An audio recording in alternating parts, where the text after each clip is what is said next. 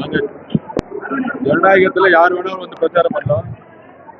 நாங்க எங்களுடைய வேலையை இன்றைக்கு வீடு வீடா ஒவ்வொரு குடும்பமா கட்சிக்கு அப்பாற்பட்டு நான் உட்பட கட்சியில் இருக்கக்கூடிய எல்லா நிர்வாகிகளும் போகும்போது வீடை திறந்து ஒரு அம்மாவாவும் ஒரு அக்காவும் தங்கச்சியாவும் ஒவ்வொருத்தரும் வந்து பாசமா வந்து எங்களை வரவேற்கிறாங்க. மித்தபடி அரசியலுக்கு இல்லாதவங்க தனிப்பட்ட முறையில வந்து பிரச்சாரம் பண்ணுவாங்க.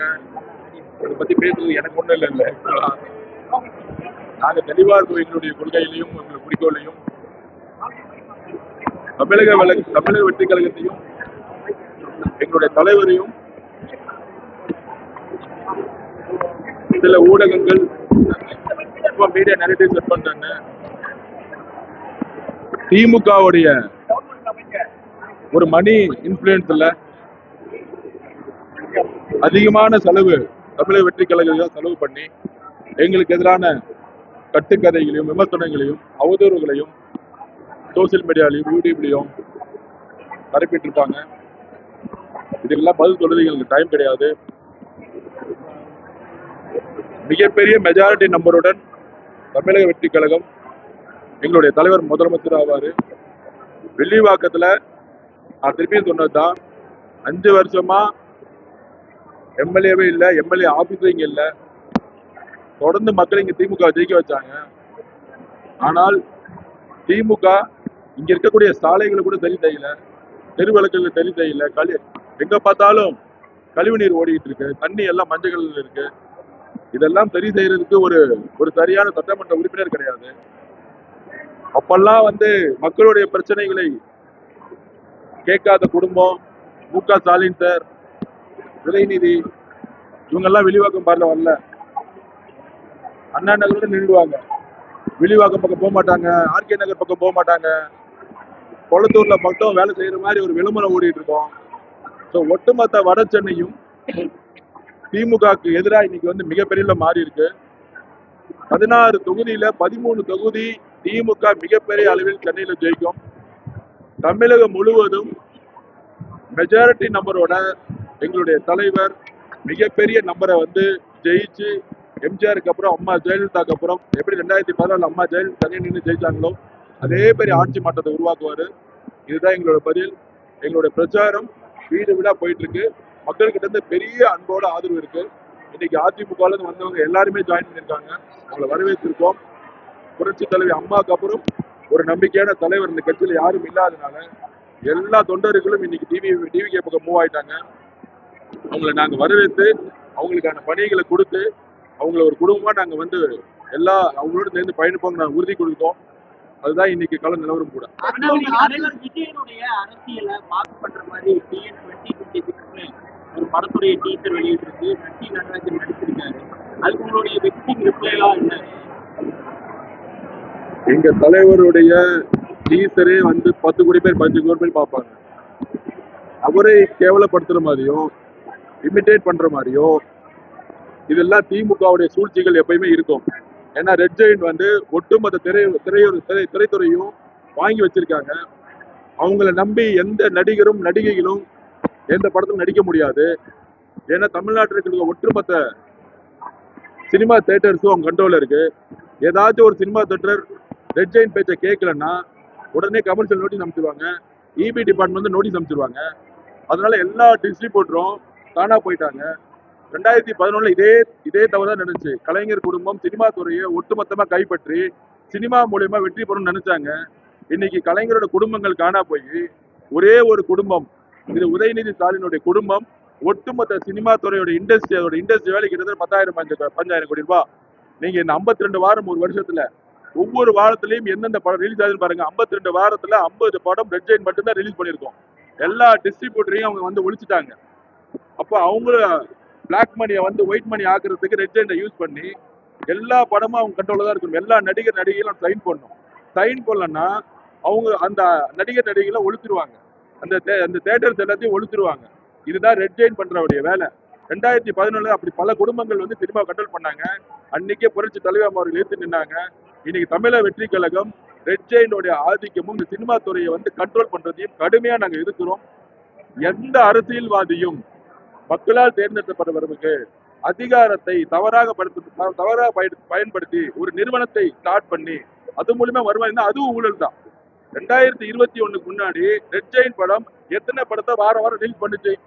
நான் ஒன்னே ஒன்று கேட்கிறேன். 2011 இருந்து 2021 வரைக்கும் எத்தனை படத்தை புரட்சி தலைவர் அம்மா அவர்கள் ஆட்சியில் சிஎம்மா இருக்கும் பொழுது எத்தனை படத்தை ரிலீஸ் பண்ணாங்க? அவங்க கிட்ட பணம் இருந்துச்சா? காசு இருந்துச்சா? பெரிய பெரிய நடிகர்களை வச்சு வந்து இன்வெஸ்ட் பண்ணாங்களா? அப்ப எத்தனை படத்தை அவங்க ரிலீஸ் பண்ண முடிஞ்சு? 5 வருஷமா எந்த படத்தை ரிலீஸ் பண்ணல. 2014 இருந்து 21 வரைக்கும் எந்த படத்தையும் அவங்க ரிலீஸ் பண்ணல. 1-2 படம் உதயநிதி சார் நடிச்ச படத்தை மட்டும் ரிலீஸ் பண்ணியிருப்பாங்க. ஆனா ஜெயிச்சு முடிச்ச பிறகு ஒரு நிறுவனம் ஒவ்வொரு வாரமும் எல்லா பெரிய பெரிய நடிகைகள் கால் ஷீட் எல்லாம் இவங்க விலைக்கு வாங்கிடுவாங்க. அப்ப காலங்காலமா இந்த தொழில இருந்த பெரிய பெரிய ப்ரொடியூசர் பண்ண பெரிய பெரிய நிறுவனங்கள் பெரிய பெரிய குடும்பங்களை மிரட்டப்பட்டு தேட்டர் கிடைக்காது. படம் ரிலீஸ் பண்ணோம், ஒரு சாதாரண 5 கோடி ரூபாய் படத்தை ரிலீஸ் பண்ணா ரெட் ஜெயின் வீட்டு வாசல்ல போய் உட்கார்ந்துட்டு இருக்கணும். ஏன்? உதயநிதி சாரோடைய கம்பெனி. யாரு அவர்? இன்பநிதி யாரு? உதயநிதியோட பையன் 1000 கோடி ரூபாய் படம் வச்சு 2 பெரிய நடிகை வச்சு படம் எடுக்க முடியுமா? எடுக்க முடியாது. இது மக்கள் கேள்வி கேட்கணும். முதலமைச்சர் சார் தூய்மையானவர், என் அக்கௌண்ட்ல 10,000 ரூபாய் பணம் இருக்குன்னா அவர் போற ரேஞ்ச் ரோவர் யார் வாங்கி கொடுத்தது தெரியுமா? ரெட் ஜெயின் நிறுவனம். ரெட் ஜெயின் நிறுவனத்துக்கு எங்கிருந்து பணம் வந்துச்சு? ஆட்சியில இல்லைன்னா 2018, 16, 21 இருந்து திமுக எங்கிருந்து காசு வந்து எனக்கு தெரியும். அப்ப ரெட் ஜெயின் நிறுவனத்துக்கு எங்கிருந்து பணம் வந்துச்சு? ஏன் இப்படி பெரிய பெரிய நிறுவனங்களா மாறுறாங்க? எல்லா நடிகர்கள் ஏன் பேசுறது பயப்படுறாங்க? 12 வயசு பொண்ணு, 12ஆம் கிளாஸ் பொண்ணு ரேப் ஆகுது தூத்துக்குடியில. இதே போன ஆட்சியில் இருக்கும் பொழுது இபிஎஸ் ஐயா அவர்கள் முதலமைச்சர் இருக்கும்போது எல்லா நடிகர்களும் நடிகைகளும் ட்வீட் போடுவாங்க, குரல் கொடுப்பாங்க. ஆனா இப்ப யாருமே குரல் கொடுக்கல. ஏன்? குரல் கொடுத்தா அவங்களோட படத்தை முடக்கிடுவாங்க, அவங்க தேட்டர்ல ரிலீஸ் பண்ண முடியாது. அப்ப ரெட் ஜெயினுடைய மிகப்பெரிய ஊழல் எங்க இருக்கு? கண்ணு முன்னாடி இருக்கு. ஆனா முதலமைச்சருடைய பேலன்ஸ் ஷீட்ல 10,000 ரூபாய் தான் இருக்குங்கிறாரு. இது எந்த அளவுக்கு ஒரு போலித்தனம், எந்த அளவுக்கு ஒரு ஏமாற்றுத்தனம். சோ இப்படி ரெட் ஜெயின் நிறுவனம் மட்டும் இல்ல, ஹைவேஸ் டிபார்ட்மெண்ட்ல அவங்க குடும்பம் தான் ஊழல், ரியல் எஸ்டேட்ல 1-2 நிறுவனங்கள் தான் ஊழல். ஒரு சாதாரண நிறுவனம் 200 கோடி ரூபாய் இருந்த நிறுவனம் -200 கோடி ரூபாய் அந்த நிறுவனம் இன்னைக்கு 2000 கோடி ரூபாய் தொழில் பண்ணுது. அந்த ரியல் எஸ்டேட் யாரும் பண்ணது? இன்னைக்கு ஒரு சாதாரண ஒரு ரிஜிஸ்ட்ரேஷன் பண்ண முடியுமா?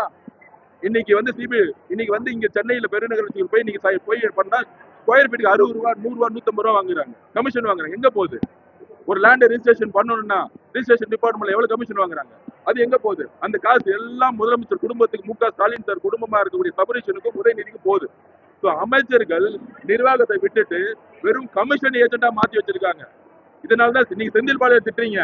செந்தில் பாலாஜி காசு வசூலிச்சு யாரு கொடுக்குறா? இந்த முதலமைச்சர் கொடுக்குறாங்க.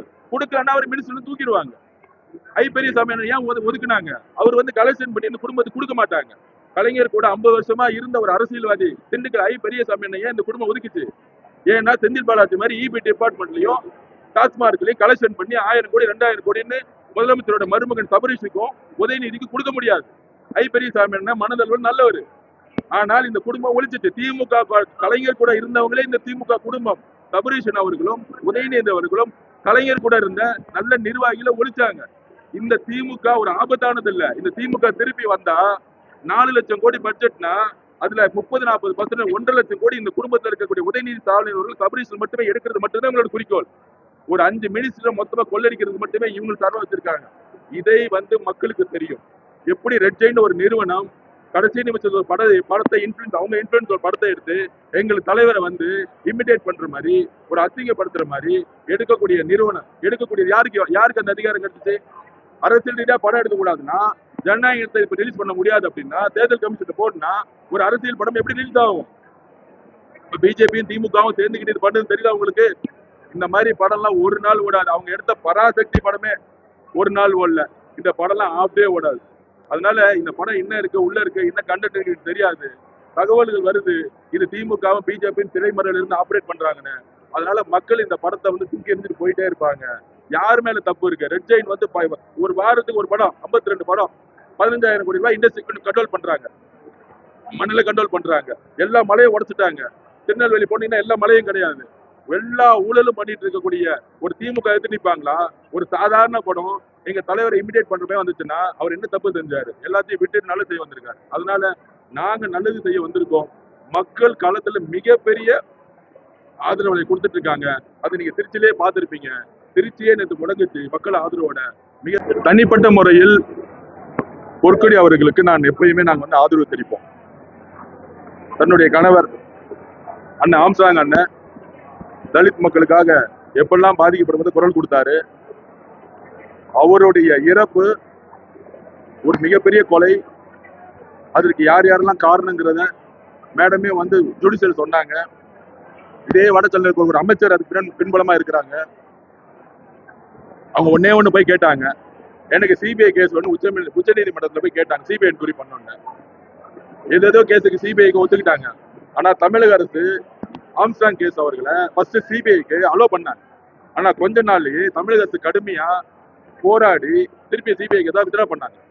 அப்ப இங்க தமிழக அரசுல இருக்கக்கூடிய ஒரு அமைச்சரும் திமுக நிர்வாகிகளும் காங்கிரஸ் இருக்க ஒருத்தரும் எல்லாம் சேர்ந்து அவர் வந்து கொல்லப்பட்ட முக்கியமான காரணம்னு பொதுமக்கள் பேசிக்கிறாங்க.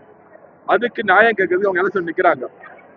கண்டிப்பா அவங்க கேட்கக்கூடிய கேள்விகள் திமுகவுக்கு மிகப்பெரிய ஒரு பெரிய இழப்பு உருவாக்கும். கண்டிப்பா நியாயமான ஆட்சி வரும் பொழுது அந்த